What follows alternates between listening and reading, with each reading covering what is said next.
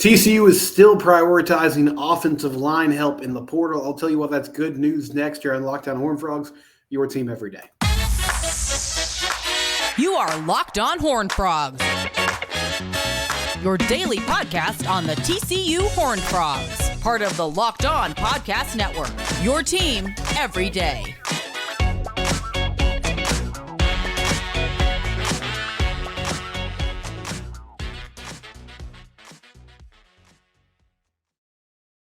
That's right, Locked On Horned Frogs, your team every day. I'm your host, Steven Simcox. We're free and available wherever you get your podcast. Please subscribe to the YouTube channel. Okay, I want to mention something right off the top because I meant to do this yesterday and I didn't. And it was an egregious error by me, a bad omission. So please forgive me. But I need to give this team their kudos. The TCU Rifle team won a national championship over the weekend. And if you follow TCU athletics or spent some time on campus, you've heard about TCU Rifle because they have been a great program for a long time. Karen Monez, the coach, has done an outstanding job there. This is their fourth overall national title. It joins national team titles from 2010, 2012, and 2019. So they hadn't won one since 2019. There's been a little bit of a gap, but a fantastic showing in air rifle on day two at the NCAA championships helped them overcome a 6-point deficit over West Virginia. They ended up defeating West Virginia by 3 shots. So congratulations, the TCU Rifle team. I was looking around this morning. I'm going to buy some merchandise because, there's just not a lot. Indoor tennis has won a couple of titles. Beach volleyball came close, but Rifle has done this before. It's been a few years, though. So really cool that they did that. Congratulations to that team on getting it done. I did want to mention that accomplishment because outstanding job. They won that match in West Virginia's house. Like they went to Morgantown, won that match, came back on day two, got it done, posted a great score, won by 3 shots. So congratulations to the TCU Rifle team on winning their 4th national team title and their first team title since 2019. Outstanding work by those ladies getting it done there on the road in Morgantown, West Virginia. Turning our attention to football.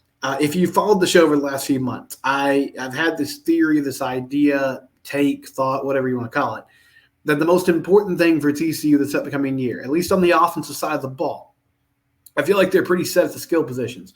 Now, running back's a question mark. We're going to have to see how that plays out as the spring and summer goes on.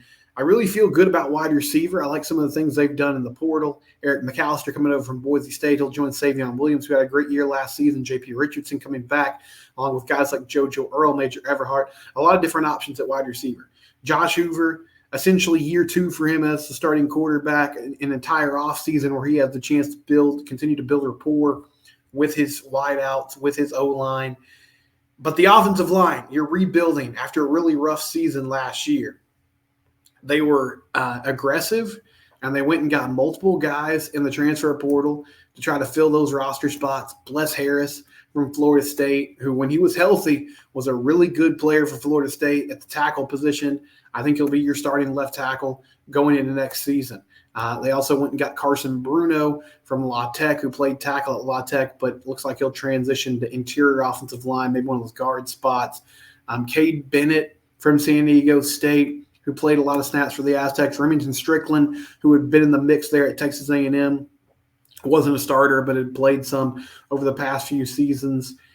And they got Colton Deary coming back. They have Mike Nichols coming back and other young guys who haven't really flashed much yet, but could this upcoming season. Ben Taylor Whitfield, a guy that played a number of snaps last season.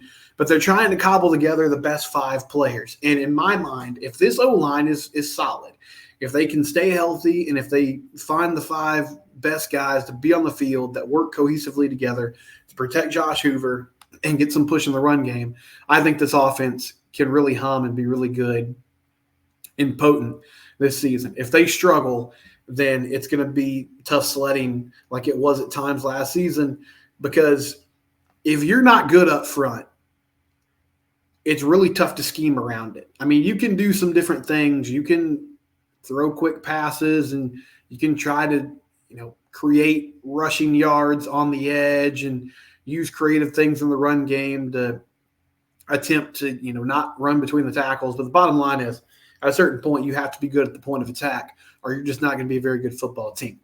And since Gary Patterson left, this offensive line room has been a mess, and that was somewhat of his doing. They just didn't recruit at a super high level and develop at a super high level the last few years of the Patterson era. Now, the first year that Sonny Dykes was here, they were really fortunate in that they stayed healthy. They went and got Alan Ali, the center from SMU. Wes Harris was able to stay healthy. Steve Avila had an outstanding season. Andrew Coker and Brandon Coleman did a nice job at the tackle spots. And they made it work, right? Like they made it happen. All 5 of those guys were healthy all year long. This past year, you had some injuries, you had some new faces. It didn't work out. But TCU was targeting 2 SMU offensive linemen in the portal. Branson Hickman, center for SMU, he is making his official visit to TCU on March 22nd. Hickman last season at SMU, looking at Pro Football Focus grades, he graded out at 79.8 overall. Run blocking grade was 77.3. Pass blocking grade was 83.8. So had a nice year. He was second team all-conference in the American Conference. He started every game for SMU. He was on the Remington watch list, which is the award for the best center in the nation. He was on that watch list to start the season. Had a solid year, ends up as an all-conference selection. He also visited Arkansas. And I believe he's already made that official visit, but he's going to visit TCU, not this weekend, but next weekend. His father, Brandon Hickman, is the head coach at Dallas Jesuit and is a former TCU offensive lineman, so he is a legacy player. I'm not sure how much that factors in at this point because he already had an entire career at SMU, but hopefully that's something that is beneficial for TCU. I think this is a really important get if they can get it locked in. And here's why. We've talked about the transition that Coach Dykes has made with how they're evaluating players in the portal. And he actually talked about this recently on the ticket with Corby Davidson and Bob Sturm on the hard line, where he said one philosophy they've really come to adopt, and they feel like this is the truth now in college football when you're talking about the portal, is you want to find guys who have played a lot of snaps. So while, yes, it's good to go get like 4- and 5-star players that maybe didn't play a lot at Alabama or whatever SEC school it was, whatever Power 5 school they were from, there is a great benefit in getting guys who have played college football, no matter the level, because that experience helps them make the transition much quicker. It helps them adapt easier, and it just helps with the factor of like they have that, even if it's at a lower level of football to a certain degree, they have that experience. They have those reps. They have those on-the-field reps and practice reps that they can fall back on, and it makes that transition easier. So it's another experienced lineman who can come in and should be able to play right away.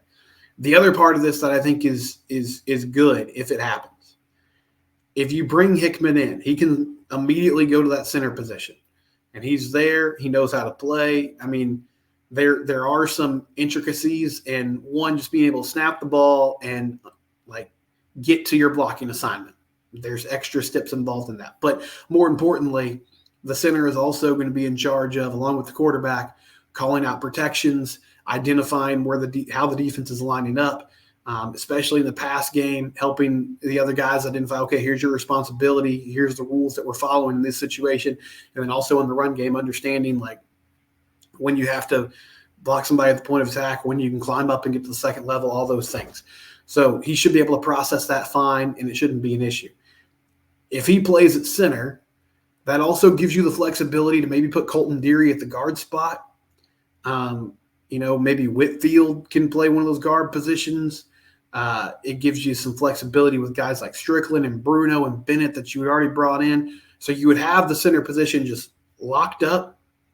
Branson Hickman can take that over, and then you can kind of mix and match at those other 2 interior offensive line spots and hopefully get closer to having the best 5 guys on the field. The key here with O-line play is getting competent bodies in that room because it's a physical position. You're probably going to have injuries there, and you want to one, have some position flexibility, but also if somebody goes down, have the luxury of not feeling like everything is going in the tank because you have some guys that are banged up. Another player that's making a visit, Marcus Bryant, offensive tackle, originally from Round Rock, but played the last few seasons at SMU. He's coming to TCU on March 22nd through the 24th. Now, Bryant's got a lot of interest. He's coming to Mizzou this weekend. He'll be at Mississippi State April 5th and the 6th. So he's got a lot of visits. He was a first-team all-conference selection last year in the AAC. He was also first-team on the Dave Campbell's Texas football list. He was a Pro Football Focus All-American Conference player. He had a really good season, 6'8", 318 pounds, from Cedar Ridge High School. Again, has played a lot of football. If they could get both of these guys, it would be huge to me because, I mean, no pun intended, just because they're big guys, but also that would solidify in my mind this offensive line group so much because you got Bless Harris on one side at tackle. The other tackle's kind of up in the air right now. Yeah, Nichols, but he's played some kind of in and out the last few years. Brockermeyer, not sure what his health status is. Again, Bryant could just slide into one of those tackle spots right away. And if you could find a way to get both of them, which is going to be tough because they both got a lot of interest. But if you're talking about no line with Bless Harris, Cade Bennett, Branson Hickman, maybe Remington Strickland, maybe Colton Deary, and then a Marcus Bryant on the other side, I feel really good about what that group could do and about the ceiling of the offense this next season. And in my mind, I like what TCU is doing from the standpoint of they're recruiting O-line heavily in the high school ranks, but they understand that those guys are going to take a few years to develop. And so in the meantime, they're trying to backfill with the portal and have players that can immediately step in. Here's the bottom line. In the new look Big 12, if you're good in the trenches, you should be a good football team. Because when we talk about like the SEC, and to a certain extent the Big Ten, but the Big Ten doesn't have nearly as much depth. I have no doubt in my mind that as long as Sonny Dykes is coaching here, TCU is going to be able to get quality skill players. I just think receivers, running backs, they're going to get talented players. I feel like with the combination of Coach Dykes and Kendall Briles, they should be able to get talented quarterbacks who should develop nicely over a few seasons. So the one question is O-line play. And when we discuss recruiting and the gap between the haves and the have-nots, if you want to call it that, but I don't really like that term. But if we talk about the gap between SEC football, some of it's a myth. But what's real about it is that the best teams in the country are good up front on both sides of the ball. O-line and D-line, they're physical, they're nasty, they can push you off the ball, and they can rush the passer. It was the really striking thing to me, and of course, TCU, they held their own against Michigan a couple of years ago in the playoff. And I think honestly, especially the TCO line, like they beat up on that Michigan D-line in that Fiesta Bowl game. But it was pretty shocking to watch in that playoff game against Alabama. I've never seen an Alabama O-line get worked like that, the way the Michigan D-line came after them, right? And then on the other side, Michigan was able to run the ball. When Texas beat Alabama in Tuscaloosa, that was the thing that stood out to me. Oh, wow, Texas is really good up front. Like they're giving this Alabama O-line fits. That's not something that you usually say. Even when Bama was kind of down a little bit, it was typically like, oh, their QB play is not as good as it normally is. And even with a great pocket and good protection, they just couldn't make the plays. If you're good up front in this league, that's going to go a long way in winning 8 to 10 games. And so it's a couple huge recruiting weekends coming up for TCU. Can they find a way to get these guys just across the Metroplex to Fort Worth to solidify this O-line room? I'd be really excited if they could. When we come back, a few of you had thoughts on Jamie Dixon and his future moving forward, so we'll talk about that next year on Locked On Horned Frogs, your team every day.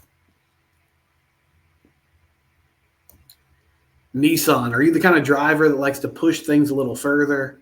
Ever wonder what adventure could be around the corner? Our friends at Nissan have a lineup of SUVs with the capability to take your ride to the next level. You want to get in on these great 2024 models that Nissan has available right now. The 2024 Rogue, with built-in Google assistance for you, Google Maps, Google Play Store. It's all right there in the touch screen infotainment system. It's a perfect mid-size crossover for your next adventure. Also, the 2024 Nissan Pathfinder has room for up to 8 and expansive cargo capacity, 284 horsepower, and up to 6,000 pounds towing. The 2024 Nissan Armada will change what you expect from a full-size SUV. Picture a rugged 4x4 that can seat up to 8 in first-class luxury and style. Tow bigger and explore further in the 2024 Armada. Take the Nissan Rogue, Pathfinder, or Armada and go on your big adventure. Shop NissanUSA.com. Again, that is NissanUSA.com. Nissan, proud sponsor of the Locked On Network. So TCU plays Oklahoma. The men do. The women's season, they fell to OU in the second round of the Big 12 tournament, or in the quarterfinals of the Big 12 tournament, I should say. So they will now wait to see. I don't think they're going to make the NCAA tournament. I don't really think there's a shot there, but I do feel like they should and probably will make the WNIT. And hopefully there's some postseason basketball that they can play in Mark Campbell's first season. The men play OU. I believe that game's at 2:00 on Wednesday. So a chance for them to get a victory and then possibly play Houston on Thursday afternoon as the Frogs are the 8th seed. But big game against OU coming up. I think TCU should solidly be in the field, but I feel like if they can just beat Oklahoma, it'll take all the doubt away. If you lose that ball game, then you open the door, in my mind, to at least the committee kicking around like, well, what do we do with this team? Week done conference schedule, went 500 to the Big 12. But ultimately, I think regardless of what happens, they'll be in. I would feel much better about things if they could find a way to beat Oklahoma. If they do make the tournament, it'll be the third straight season they made the NCAA tournament. First time they've ever done that. They also have a chance to win a first-round game for the third year in a row, which would obviously also be the first time that they've done that. But I realize that a number of people are super frustrated coming off that UCF loss. And so you can always comment on the YouTube comments, or you can tweet at me at SimcoxSteven. This is from Doug, who says, on basketball, he says, I'm done. I feel like I felt like they would lose against UCF. He thinks the issue is coaching and lack of leadership. There have been red flags in the past. Losing Fisher, Lampkin, etc. It seemed like Dixon loses the room. He paces nonstop during games, and I don't know if he relies on his staff to influence plays. They don't have an identity. They just break your heart. They still haven't had a winning conference record in decades. That should be priority number one. Don't be satisfied with being mid. And then he said, sorry for the rant. Well, that's fine. You can always rant here on Locked On Horned Frogs. Okay, so addressing all those things. First off, I think Coach Dixon actually has a pretty good relationship with his players. Now, if you want to look at those departures as red flags, I see your point. I guess the way I would counter that, though, is Jalen Fisher was a super talented player, was fun to watch. He kept dealing with knee injuries. And my understanding was him and the medical staff and the coaching staff kind of disagreed on what his rehab process should have been. He had like 2 or 3 different issues with his meniscus and his knees. And so eventually it kind of came to a boiling point, and I think they wanted him to have surgery. He wasn't sure about it, and so he ended up going to Grand Canyon. Now, Jalen, not to talk bad about him, but he didn't really put up a great career at Grand Canyon. But he was a talented player, and I really think it was just physical health with him that derailed the potential he had in college.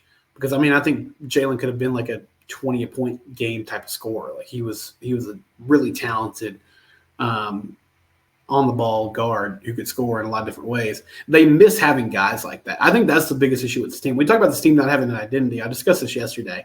I just feel like they don't really have somebody that can run the offense through late in games. Avery Anderson has completely disappeared. Jameer Nelson is a volume scorer. So, he can get you a bucket, but he's not always super efficient.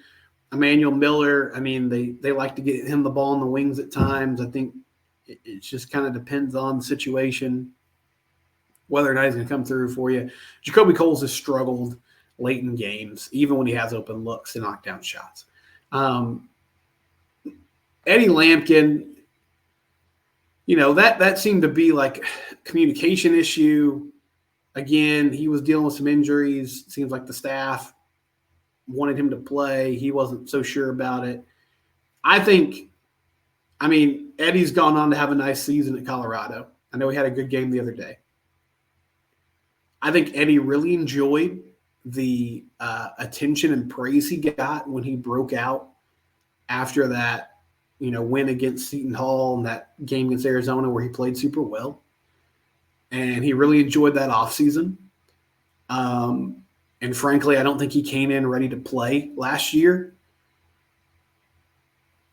He wasn't totally in shape. And because of that, he dealt with some injuries. He dealt with just not being able to be on the floor. And then things kind of fell apart between him and the coaching staff. But I will say this. When all that went down, there were some pretty intense allegations he made against Coach Dixon. And the team the team sort of rallied behind Coach, not publicly. It wasn't like they were coming out publicly saying, hey, this guy's wrong. But nobody else jumped ship. Everybody else stayed in there. They closed the season strong. They ended up winning a tournament game. So I think that kind of speaks to the fact that he still had that locker room. Like they were still behind him and wanted to play for him. My big picture issue with Coach is I just feel like his style of play and the type of player that he recruits, honestly, which is super athletic, good defender, what I would call like a slasher, like not a great shooter, but somebody who can get buckets in certain situations by using their athleticism to get past the defense, can make things happen off the dribble. I just feel like modern basketball is moving so much towards being able to space the floor, shoot the three, hit shots from the outside, play 5 out. Like I don't think TCU is following that trend. And the way that they play, it gives some teams fits, but I feel like when they play teams that can match their athleticism, which are going to be the best teams in the country, then they're kind of exposed.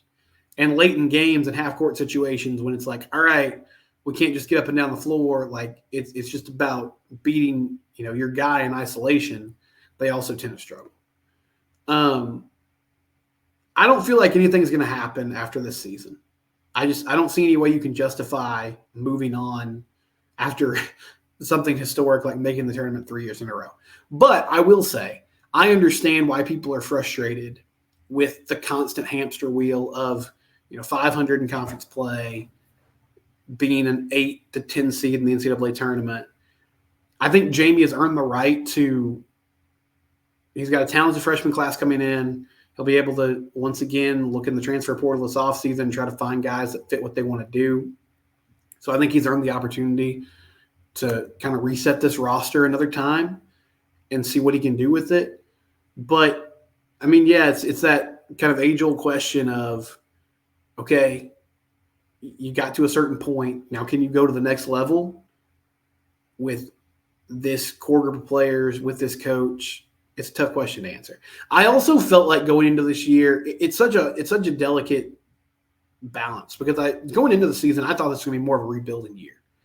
Like if you told me before the year with the guys they had on paper that they would make the tournament, I think I would have said, okay, that kind of makes sense. Like I feel like that's probably their ceiling. And I know they had a highly ranked transfer class, but I just think when I watch Houston, when I watch Baylor, when I watch, even like Iowa State to a certain degree, I see playmakers. I see guys that can score on a different level than I see at TCU. And I think that's also part of what's going on here. But at the same time, I like this group. I think they're fun to watch. And, we'll see what they do here in the postseason. That's another aspect of this that I think we have to keep in mind. They still have the Big 12 tournament and the NCAA tournament to make a run. And that's one of the great things about sports is, things turn around, things change. And so we'll see what they can do as postseason basketball approaches. A couple more reactions from you guys next year on Locked on Horned Frogs, your team every day. Time to talk about FanDuel. We talk about them frequently. FanDuel.com/lockedon. $150 in bonus bets with one $5 winning bet. That's right. You put one $5 winning bet down, you get $150 in bonus bets at FanDuel.com/lockedon. You can also download the FanDuel app. Perfect time to join. NCAA Tournament is coming up. So you're probably going to do a bracket challenge, right? If you want to actually put some money and make some money on each consecutive round, go to FanDuel.com/lockedon or download the FanDuel app. FanDuel, it's where the game starts. $150 in bonus bets with one $5 winning bet. Take advantage of that deal today. FanDuel, official betting partner of the NBA, official betting partner of the NFL, and a proud sponsor of the Locked On Network. TCU baseball back in action tonight. They're on the road at Dallas Baptist. Dallas Baptist is number 19 in the nation. That game at 6:30. That's always a fun midweek affair against DBU. I totally understand why they won't, but I wish they would play like a non-conference series against them, a non-conference weekend series against them at some point. But I get that, DBU is a really good program, and so while it would help your RPI, that's also a pretty tough matchup early in the season. But they will lock horns today in a non-conference midweek game at 6:30. In Dallas. Ben Hampton, I believe, according to Jamie Plunkett for 247 Sports, supposed to get the start for the Frogs. Somebody else chimed in. So I was talking about Jimmy Smith, the new TCU running backs coach who comes over from Arkansas. And somebody said, wasn't Trent Battle a quarterback coming out of high school? Yes, he was. He was a QB in high school, so he did switch positions to that running back spot. And I think Trent's a good athlete. I think he's a good player. Maybe this is the year where things kind of change for him as far as getting more opportunities running the football. The only time I really remember them handing him the rock in a kind of typical between the tackle situation last year was in that first game against Colorado when Lonnie Bailey was dealing with cramps. And I felt like Trent made some plays, made some things happen, but he just hasn't had a lot of those opportunities kind of running downhill. It's been mainly in the passing game. And then Tanner McKinney, as he said before, he's a big believer in Cam Cook and has been since TCU recruited him. And he's excited because he doesn't think teams have a lot of film on Cam, and so maybe he can surprise some people. Yeah, I think that's a possibility. I think Cam, again, I'm not doubting him. It's just the idea of this is a pretty unproven running back room. That doesn't mean they're bad. It just means that there's not a lot of returning production. And so we'll kind of have to see what it looks like. And, Jimmy Smith coming over, maybe he has some different ideas. We'll just sort of have to watch how it plays out when the season starts and as they go through the spring and summer. We'll be back tomorrow. It's Locked On Horned Frogs, your team every day.